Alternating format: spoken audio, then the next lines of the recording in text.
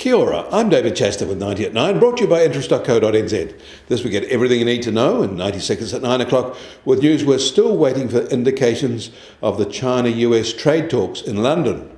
Meanwhile, the World Bank said global trade expansion is now at its weakest since 2008 as the tariff tit-for-tat undermines it. They say without a swift course correction, quote, the harm to living standards could be deep, unquote. But they still see a global expansion of 2.3%, largely driven by China, Indonesia, Thailand and India.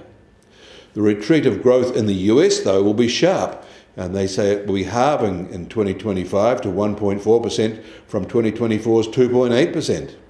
The EU will be largely unaffected and maintain their low growth, and they see Japan's low growth expected to rise in the next 3 years. Elsewhere, the overnight dairy pulse auction brought downbeat results. The key whole milk powder price fell 1.1% in a retreat expected by the derivatives market, but even at this level it remains in the rising trend that started in mid-2024. However, the skim milk powder price fell a hard 4.8% and much more than expected. In fact, skim milk powder prices have now broken through their weak rising trend and look quite vulnerable.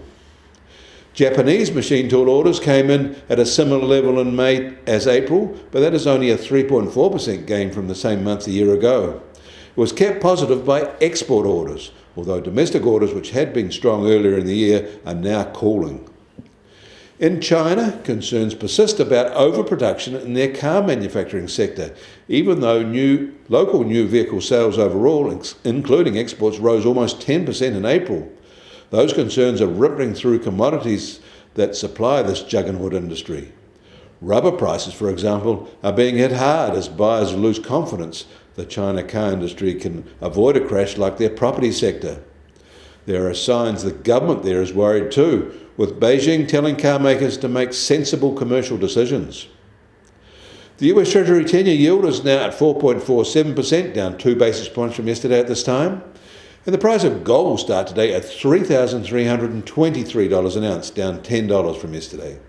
American oil prices have little changed at just on $65 a barrel, while the international Brent price is just on $67 a barrel. And the Kiwi dollar is now at 60.4 US cents, dipping 10 basis points. Against the Aussie, we're also down 10 basis points at 92.7 Australian cents. Against the euro, we're down 10 basis points at 52.9 euro cents.